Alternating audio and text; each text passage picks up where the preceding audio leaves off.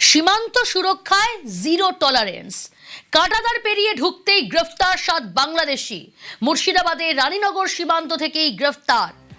অনুপ্রবেশে zero tolerance, সীমান্ত সুরক্ষায় zero tolerance. কাঁটাতার পেরিয়ে ঢুকতেই গ্রেফতার 7 বাংলাদেশি। কখন গ্রেফতার, কিভাবে গ্রেফতার জানার চেষ্টা করব। রাকিবুল রয়েছে আমার সঙ্গে। রাকিবুল,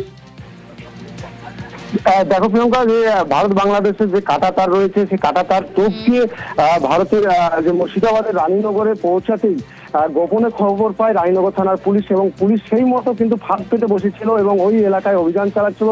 এবং যে 7 বাংলাদেশি তারা অবৈধভাবে কাঁটাতার পার হয়ে রানীনগরের কাহারপাড়া এলাকায় বলে একটি ফাঁকা মাঠে তারা কিন্তু বসেছিল, এবং তারা ছক কষেছিল যে রাজমিস্ত্রির কাছে যাওয়ার উদ্দেশ্যে, চেন্নাই যাওয়ার উদ্দেশ্যে তারা ছক কষেছিল। কিন্তু সেই ছক কিন্তু ভেস্তে দিল এই রানীনগর থানার পুলিশ।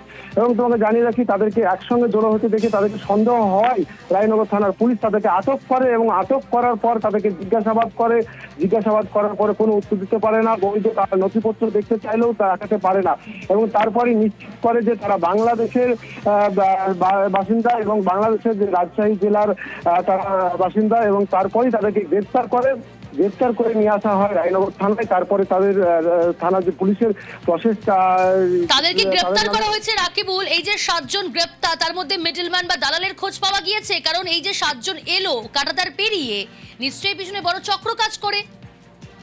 দেখো প্রিয়ঙ্কা, যে একদমই তাই।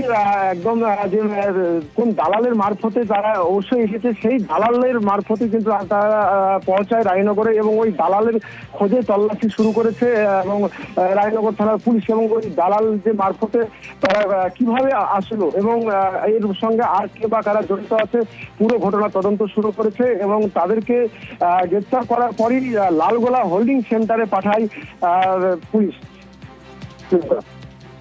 বেশ।